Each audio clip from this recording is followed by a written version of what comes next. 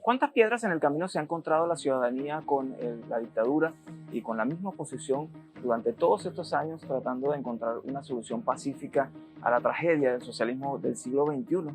Hasta parece que trabajaran de manera sincronizada. Hoy, con la grave escasez de combustible que se suma a los graves problemas que se vivían anteriormente, como la escasez de alimentos y de medicamentos, además de las fallas graves en los servicios públicos, miren, si no actúa el régimen, actúan los partidos de oposición. Veámoslo desde el momento en que se instaló la Asamblea Nacional de Mayoría Opositora en enero de 2016, que dio precisamente pie a lo que hoy tenemos como gobierno interino que preside Juan Guaidó. Pero vamos a recordar un reportaje que hicimos a finales de 2019, donde vaticinamos parte de lo que creíamos que iba a pasar en este 2020. Vamos a verlo. ¿A dónde vamos con todo esto? Bueno, a un 2020 con más discursos, a rescates de diputados de las garras del DGCIN, mensajes en redes, pero nada sustancial. Es estirar la arruga para que el CNE, con rectores viejos o nuevos, llame a las elecciones parlamentarias de 2020, en las que sí van a participar los supuestos opositores, que tendrán otra vez en contra el Plan República, que son los militares que cuidan los votos, junto a los colectivos armados que cuidan las trampas del régimen. Además, un registro electoral con extranjeros y muertos que votan. Una diáspora venezolana que no podrá hacerlo por ser elecciones parlamentarias. Y el resultado será el mismo. Gente muriéndose de hambre, por falta de medicamentos o por inseguridad. Es decir, el resultado es el status quo del régimen con su propia oposición en un baile que no termina nunca. Ahora sí, vamos a empezar con la cacareada instalación de la Asamblea Nacional de Henry Ramos Ayub como presidente el 5 de enero de 2016, con 112 diputados de 167 que tiene el Parlamento Nacional. Vamos a recordar qué fue lo que prometió Henry Ramos Ayub en ese momento, porque aquí lo que vamos a ver es un repaso y cuáles fueron esas promesas que se nos hicieron para intentar salir del régimen de Nicolás Maduro, o por lo menos eso era lo que ellos decían. Vamos a recordar ese momento de Henry Ramos Ayub, que encendió las redes, calentó las redes sobre lo que iba a pasar en Venezuela. Vamos a recordar.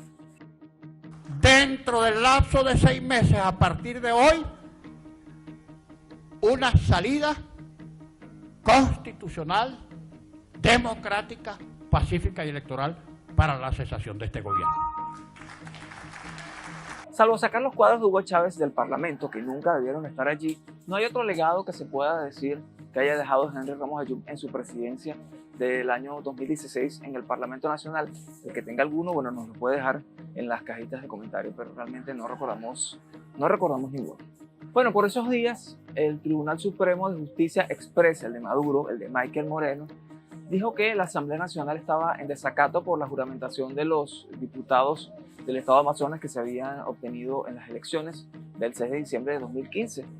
Bueno, una figura de desacato que no existe para las instituciones en un país con una supuesta separación de poderes y en las que las instituciones como la Asamblea Nacional, que son autónomas, pueden nombrar a sus miembros como ellas quieran. Ahora vamos un poco más adelante. El 8 de marzo de 2016 se prometió aquella enmienda constitucional para recortar el mandato presidencial de 6 a 4 años. Lo que no dijeron era que esta normativa o este recorte del periodo presidencial no era retroactivo y que Maduro, supuestamente electo presidente en 2013, debía entregar el mandato o debía entregar el cargo el 10 de enero de 2017, luego de hacer elecciones presidenciales libres. Sí, Luis.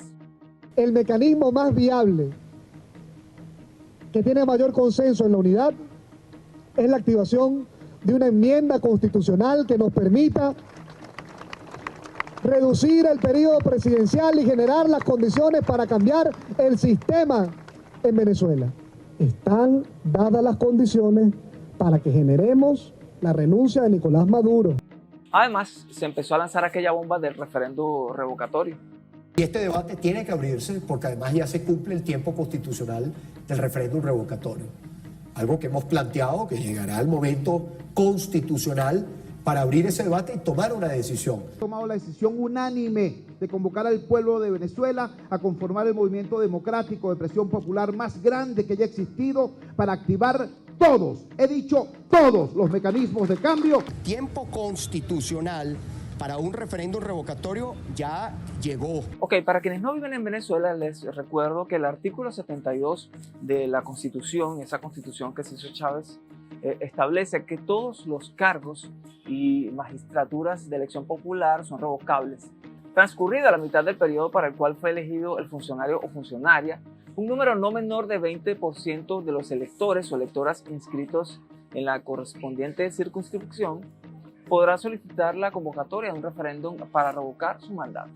Bueno, la ciudadanía salió, firmó, reafirmó, confirmó sus huellas, sus datos, desde el 11 de marzo hasta finales de mayo. ¿Y qué hizo el régimen? Bueno, alargó ese proceso a lo largo de 2016. Y bueno, de esas 195.000 firmas que se necesitaban para dar el primer paso, que era el 1% del padrón electoral nacional, más de 1.500.000 venezolanos salimos, firmamos, reafirmamos y pedimos que se activara ese proceso de referendo revocatorio. Todo esto a pesar de que el CNE, supuestamente imparcial, bueno, puso diferentes trabas, menos máquinas en los sitios donde había mayor cantidad de habitantes y electores, muchas más máquinas en donde había menos habitantes. También puso trabas, horarios de 10 de la mañana a 4 de la tarde, las máquinas que no servían, los sistemas que se paralizaban en medio de la jornada. Una cantidad de obstáculos que tuvo que atravesar la ciudadanía que, por supuesto, una vez más fue adelante y continuó con ese proceso tratando de sacar el régimen. Eso que ustedes ven allí son las largas colas de un país que quería salir del régimen y que pensó que por tener la mayoría de la Asamblea Nacional a su favor, lo lograría. Y aquí estamos 4 años después. ¿Y qué pasó?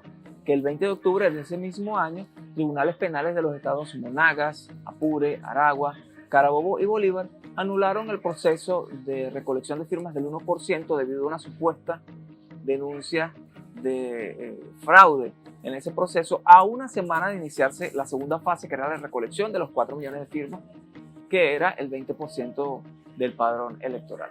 ¿Cuál fue la respuesta del Consejo Nacional Electoral supuestamente imparcial y que velaba por los derechos del pueblo? Bueno, vamos a leer.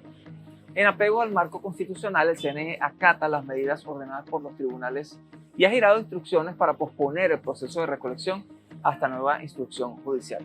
¿Cuál fue la nueva instrucción judicial? Todavía no lo sabemos. Y así terminó la carrera de los venezolanos tras el referendo revocatorio que efectivamente, si se daba, iba a lograr que saliera Maduro del poder. Bueno, la respuesta de la oposición, ¿cuál fue?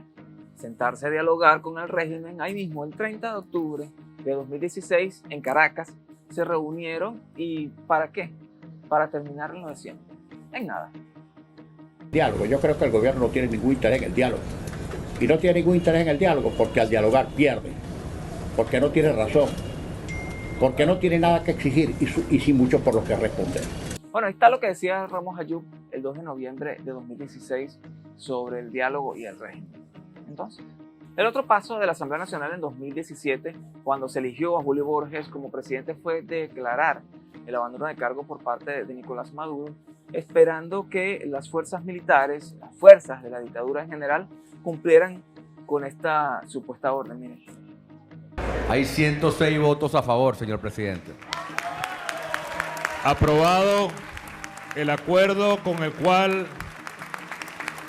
se califica el abandono del cargo a Nicolás Maduro Moro. Se exige una salida electoral a la crisis venezolana para que sea el pueblo el que se exprese a través del voto. ¿Qué pasó con eso? Nada. Si se sabía que ese proceso no iba a terminar en nada, si nadie iba a ejecutar ese abandono de cargo, ni tampoco se iba a ir a unas elecciones, ¿por qué se tomó esa decisión? ¿Acaso se le quería dar más esperanza a la ciudadanía, aunque no la hubiera?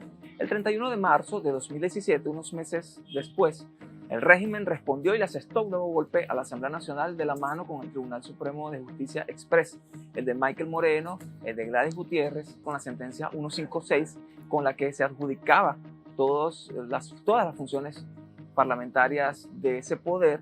Y bueno, esto sumado a los graves problemas que ya venía viviendo el país desde hacía varios años, explotaron aquellas grandes protestas de 2017 que empezaron el 1 de abril hasta finales de julio y que dejaron al menos 124 muertos, si no más, de acuerdo con conteos extraoficiales. ¿Y en qué terminó eso? El 1 de mayo, Maduro anuncia en medio de esas grandes protestas el proceso constituyente, ese que tiene ya 3 años. El ejercicio de dicho poder puede convocar una Asamblea Nacional Constituyente con el objeto de transformar el Estado. Necesitamos transformar el Estado, sobre todo esa Asamblea Nacional podrida que está ahí. Se arma esa constituyente y bueno, todavía no se ha discutido el primer artículo de la nueva constitución para supuestamente refundar la república. Y en medio de eso, otra gran estafa, la consulta popular del 16 de julio de 2017. ¿Se acuerdan de eso? Bueno, y ustedes pueden ver, participamos 7.186.000 personas que respondieron a estas 3 preguntas. Vamos a ver qué fue lo que se preguntó. Pregunta número 1. Rechaza y desconoce la realización de una constituyente propuesta por Nicolás Maduro sin aprobación previa del pueblo de Venezuela. Bueno. Pregunta número 2. Demanda a la Fuerza Armada Nacional y a todo funcionario público obedecer y defender la Constitución del año 1999 y respaldar las decisiones de la Asamblea Nacional. Pregunta número 3. Aprueba que se proceda a la renovación de los poderes públicos de acuerdo a lo establecido en la Constitución y a la realización de elecciones libres y transparentes, así como a la conformación de un gobierno de unión nacional para restituir el orden constitucional. Más de 7 millones de personas votaron que sí a esas 3 preguntas. Eso lo anunciaron con bombos y platillos, la gran participación de la gente en esa consulta popular. ¿En qué terminó eso? ¿Cuáles fueron las decisiones de la Asamblea Nacional que la gente iba a respaldar? Se renovaron los poderes. Allí se hizo lo propio con el Tribunal Supremo en el exilio, que nadie sabe qué es lo que hace actualmente, y el fulano Consejo Nacional Electoral que nunca se nombró. ¿En qué quedó eso? ¿A dónde nos llevó eso? A nada. Someten a la gente a esos procesos, a esa participación para llegar a nada. Unos y otros, régimen y oposición. Y así estamos. Bueno, y sometieron a la gente a 4 meses de grandes protestas, represión, muerte, asesinatos por parte de las fuerzas del régimen. Y el 30 de julio se instaló esa constituyente, se eligió esa constituyente con colegios vacíos y varios días después se instaló ese poder, supuestamente, ese pseudopoder. Y esos opositores y por supuesto los partidos del régimen se fueron a esas elecciones. Y allí tienen a sus alcaldes y gobernadores que se fueron a juramentar ante ese pseudopoder y que bueno, hoy se quejan de la dictadura, pero en medio de esa crisis, ¿quién tiene la responsabilidad de ser alcalde bajo el poder de la Asamblea Nacional Constituyente? Ellos. Vamos a recordarles que esas personas que se quejan de la dictadura y que dicen que están luchando y que no reconocen el gobierno de Nicolás Maduro, son los mismos que reconocieron esa constituyente y se fueron a juramentar en frente a ellos. No tenemos los videos de los alcaldes juramentándose porque realmente esos procesos fueron locales, pero tenemos la de los gobernadores opositores que hoy están reclamando libertad a la dictadura, pero hay que recordarles que ellos están allí en esos puestos porque el régimen se los permitió cuando hicieron esto que vamos a ver a continuación. La juramentación de los siguientes ciudadanos: Alfredo Javier Díaz Figueroa, Lady Jorveis Gómez Flores, Ramón Enrique Guevara Jaime y Antonio María Barreto Cira. ¿Lo juran? Lo juro. Juro por mi Táchira que no voy a abandonar la lucha. Por Mérida y por nuestro país. Lo juro. Bien. Se subordinaron ante la ANC. A partir de allí, de esas elecciones de gobernadores y esa juramentación, empezó como una especie de letargo en la población y nuevamente la oposición se fue a dialogar con la dictadura, esta vez a República Dominicana. ¿En qué terminó ese proceso? En nada. Ese letargo se siguió alargando durante todo el año 2018, que fue prácticamente un año perdido, hasta el 23 de enero de 2019, cuando empezó todo esto que llamamos gobierno interino, con la llegada del Mesías Juan Guaidó, que se juramentó para decirnos: ¡Juro asumir formalmente las competencias del Ejecutivo Nacional como el presidente encargado de Venezuela. Para lograr el cese de la usurpación, un gobierno de transición y tener elecciones libres. Bueno, ahí lo tienen. Cese de la usurpación, gobierno de transición y elecciones libres. Hoy, en 2020, ¿qué podemos decir de eso? Ya ni siquiera lo nombran. ¿Quién habla del cese de la usurpación en el gobierno interino? Nadie.